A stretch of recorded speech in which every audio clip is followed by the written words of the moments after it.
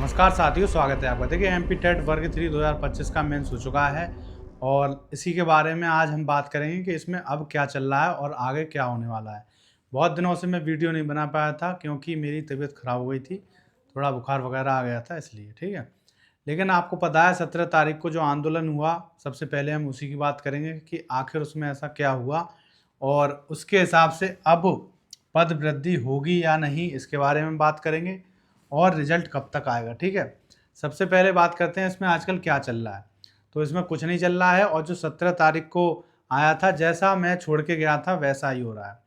मैंने वीडियो क्या बनाना बंद कर दिया, ये आंदोलन भी ठंडा पड़ गया और सारे लोग मतलब एकदम भूल ही गए इसको कि एमपी टेट वर्ग 3 का रिजल्ट भी आना चाहिए, मेरिट कितनी जानी चाहिए, सब कुछ एकदम ठंडा सा पड़ गया। कोई कहीं से कोई प्रतिक्रिया नहीं आ रही थी, ठीक है।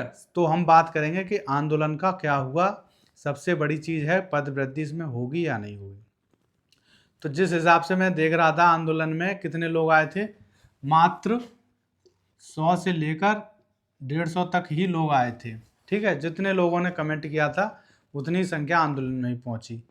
तो इसे आप देख सकते हैं। और मंत्री तो ये चाहते ही हैं, चाहे शिक्षा मंत्री हो या फिर कोई भी हो, कि उन्होंने कह दिया कल कल मिलेंगे हम, ठीक है। तो उस टाइम भी वो मिल सकते थे लेकिन उनको टालना था, इसीलिए उन्होंने कल का कह दिया। अब वहाँ पे लोगों ने कहा, सर ने कहा कि फिर कभी मिलेंगे, हम जब भी बुलाएं आप आ जाना। तो आप जब भी जाएंगे वो ऐसे ही बहाना लगा देंगे कि आज मंत्री जी की मीटिंग है या फिर कहीं भी बिजी है, क्योंकि उनकी नीयत तो पहले से ही खराब है कि इसमें पद वृद्धि नहीं होनी चाहिए। और ऊपर से लोग ही इतने कम गए, इतने कम लोगों से आंदोलन नहीं होता है। इतने लोगों को तो वो कभी भी टाल सकते हैं, उन्हें पता है कि एक दो कितने दिन रुक लेंगे ये लोग, एक दिन ज़्यादा, कल चले जाएंगे बस, फिर मामला ठंडा पड़ जाएगा। अब देख लिया 17 तारीख से लेकर आज तक कोई भी मांग नहीं चल रही है, ना ही यूट्यूब पे कमेंट भी जाना बंद कर दिए होंगे सीएम के उस पे चैनल पे, ठीक है।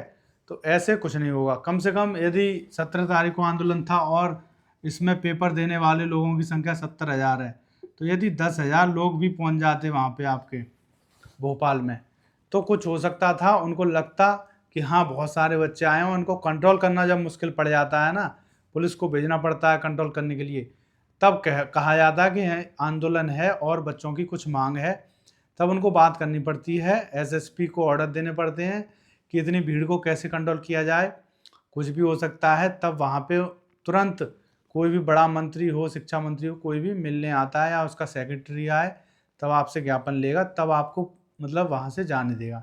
लेकिन इतने कम लोग आए थे इसीलिए आपको ही जाना पड़ा वहाँ पे ऑफिस में। तो उन्होंने कह दिया कल मिलेंगे, तो वो ऐसा ही करेंगे और ऐसा ही चाहते हैं। यदि इतने क्या 500 लोग भी चले जाएँ तब भी कुछ नहीं होगा, वो टाल देंगे। इसके लिए ये होना था कि कम से कम 10,000 लोग तो जाते, लेकिन वो ऐसा होगा नहीं। इसको देख के ही पता चल गया। और बाकी यहाँ पे जो मैं वीडियो बनाता हूँ, कमेंट करने की कहा या फिर जो ट्विटर पे कैंपेन चलाने की कहा, उसका कुछ नहीं हुआ। तो बहुत ही कम लोग हैं जो ये चाहते हैं कि पदों की वृद्धि हो, इसीलिए पदों की वृद्धि आप भूल जाइए कि होगी। एक ही तरीका है अब कि रिजल्ट का आप वेट करें, और इसमें यदि 90% भी ईमानदारी से भर्ती हुई है, ठीक है, 90% भी यदि ईमानदारी से भर्ती हुई है, तो इसकी मेरिट 70 तक ही जाएगी, ठीक है। 70 नंबर जिसके आ जाएंगे, और ये जनरल की बता रहा हूँ मैं, बाकी ओबीसी और एससी एसटी की तो मैं पहले ही बता चुका हूँ कि इससे कम जाएगी, ठीक है। जनरल की 70 जाएगी, ओबीसी की 65 तक जाएगी, ओबीसी। इसी के साथ ही ईडब्ल्यूएस की भी जाएगी, ठीक है। एससी और एसटी की बहुत कम जाएगी। गेस्ट टीचर की तो बात ही नहीं है, उनका तो 90% जितने भी लोगों के 50 से प्लस हैं सिलेक्शन हो ही जाएगा। वो आप कट ऑफ की वीडियो में देख सकते हैं, मैं बहुत बता चुका हूँ, ठीक है। यदि आप कहेंगे दोबारा से तो मैं दोबारा बता दूंगा। लेकिन 90% इसमें यदि ईमानदारी से भर्ती हुई है, ठीक है, कोई धांधलीबाजी ज़्यादा नहीं हुई है, तो मेरिट इतनी ही जाएगी।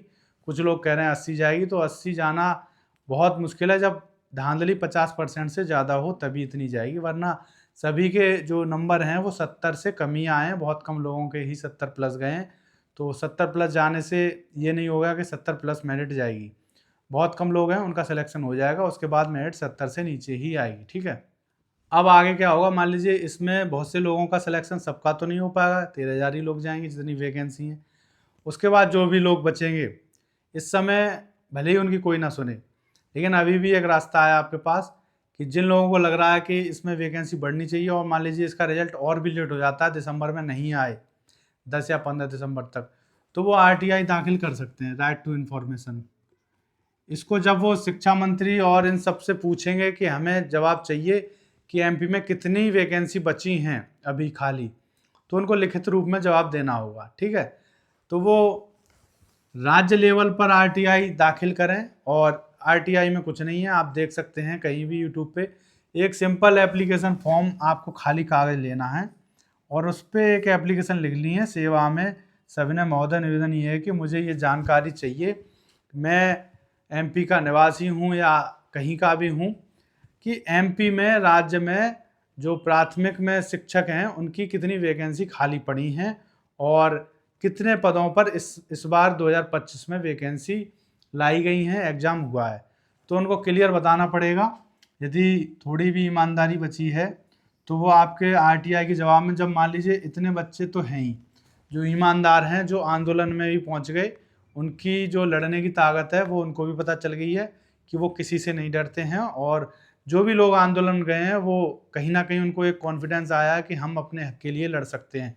वरना जो नहीं गए तो उनको वो कॉन्फिडेंस कभी नहीं आएगा जब तक कि वो आंदोलन में नहीं जाएंगे। तो RTI वो दाखिल कर सकते हैं। ज़्यादातर बहुत से बच्चे करें RTI। जब बहुत ज़्यादा RTI जाएंगी, कम से कम 300-500 भी चली जाएँ, तो जवाब आएगा तो उसमें वो बताएंगे कि 1 लाख पद खाली हैं, ठीक है। जब 1 लाख पद खाली हैं तो अगली बार वैकेंसी जब आए, आप ये भी पूछ सकते हैं कि जब 1 लाख पद खाली हैं, दूसरा क्वेश्चन कि कितने, पहला क्वेश्चन ये है कि कितनी वैकेंसी खाली हैं, हमें ये बताया जाए। दूसरा, जब इतनी वैकेंसी खाली हैं तो केवल 13,000 पदों पर ही भर्ती क्यों हुई। तीसरा, कि जब इतनी वैकेंसी 1 लाख प्लस खाली हैं तो अगली बार कब वैकेंसी आएंगी और इनको कब भरा जाएगा। तो उसके जवाब उनको देने पड़ेंगे कि अगली बार हम ज़्यादा वैकेंसी लाएंगे, इस बार कम आ गई, कैसे भी कुछ भी कहें वो। तो अगली बार जब वैकेंसी आए उससे पहले ही जब नोटिफिकेशन आए तभी आपको आंदोलन करना है और अपनी आवाज़ उठानी है कि अब ऐसा ना हो कि 1 लाख पद खाली हैं और दोबारा से 13,000 या 15,000 वैकेंसी पे लाके और एग्ज़ाम करा दिया जाए और उसमें प्री हो फिर मेन हो, ठीक है। तो उसमें काफ़ी टाइम लग जाता है, 2 साल तो आराम से लगी जाती हैं। यदि 2026 में भी नोटिफिकेशन आएगा तो ऐसा ना हो 15,000 पे देते हैं, कम से कम 50,000 पे तो वैकेंसी आनी चाहिए, जिससे कि जिन लोगों का इस बार नहीं हो पाया है तो 2026 में उनका सिलेक्शन हो जाए। और 26 में जब नोटिफिकेशन आएगा तो 26 में मान लीजिए अप्रैल में प्री हो गया, फिर नवंबर में मेंस हो जाएगा, तब 27 में जाके सिलेक्शन होगा, मेरिट लिस्ट वगैरह लगेगी। तो 1 साल 1.5 साल का टाइम आप मान ही लीजिए, तो ये हो जाएगा। तो अभी आपको क्या करना है, आप केवल रिजल्ट का वेट करना है, क्योंकि आंदोलन तो मुझे लग रहा है हो चुका और इतने लोगों से कुछ नहीं होगा। यदि दोबारा भी जाएंगे तब भी उनको बहला के वापस कर दिया जाएगा कि मंत्री जी की मीटिंग है या बाद में मिलेंगे, परसों मिलेंगे, 3 दिन तक वो राज्य में ही नहीं है। इस तरह वो करते रहेंगे। आंदोलन का मतलब ये होता है कि मंत्री जी खुद आएँ और मीटिंग छोड़ के आएँ, ठीक है, वरना वहाँ से छात्र हिलेंगे नहीं और पुलिस को उनको संभालना पड़ेगा, ठीक है। कुछ डर उनके मन में होता है, तब जाके आंदोलन होता है और तब मंत्री खुद आते हैं, क्योंकि जनता से ज़्यादा ज़रूरी कोई भी मीटिंग नहीं होती है। जब 10,000 लोग वहाँ पे पहुँच गए हैं, बैठे हैं, खाना पीना नहीं खा रहे हैं, अपने घर से दूर हैं, तब जाके वो मंत्री सुनता है और कहता है कि चलो 10,000 पद बढ़ा देंगे या 20,000 बढ़ा देंगे।